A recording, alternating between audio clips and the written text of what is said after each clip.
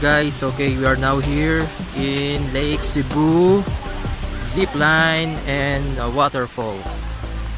So we just come here just to enjoy the beauty of the Lake Sebu.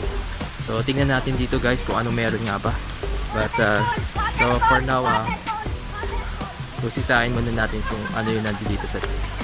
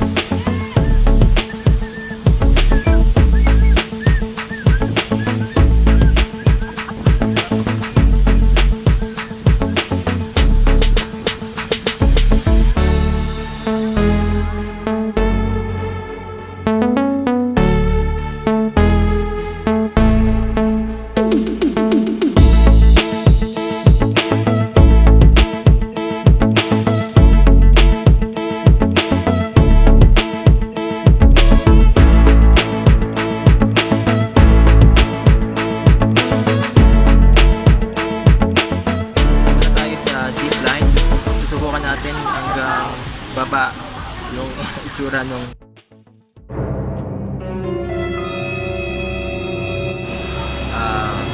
ground. So mamaya papakita ko sa inyo kung ano yung itsura niya. So ngayon, for the meantime, so susubukan natin mag zipline.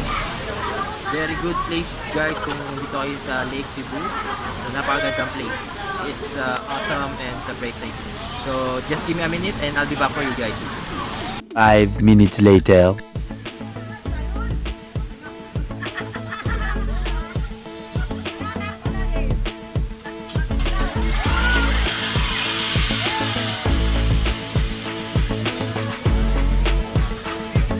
A few minutes later.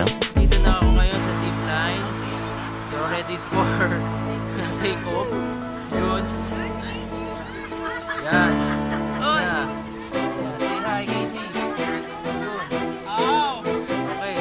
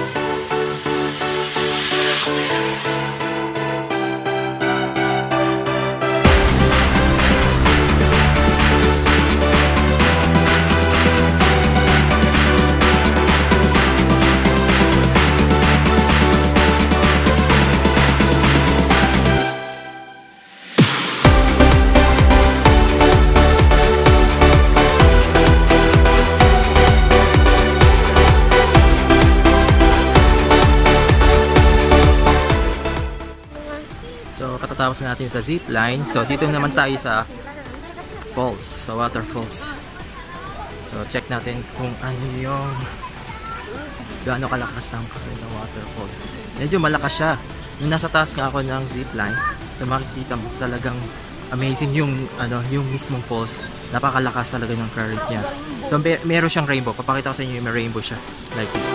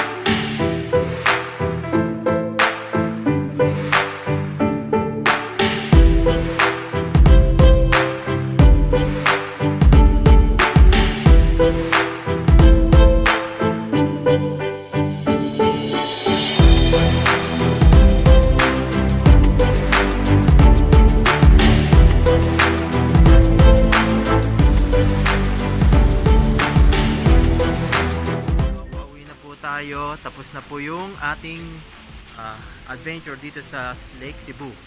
Napakaganda po guys kung pupuntahan niyo po dito sa Lake Sebu, lalo na dito sa may waterfalls. Maganda attraction po to, lalo na po kung gusto niyo maligo, free po siya.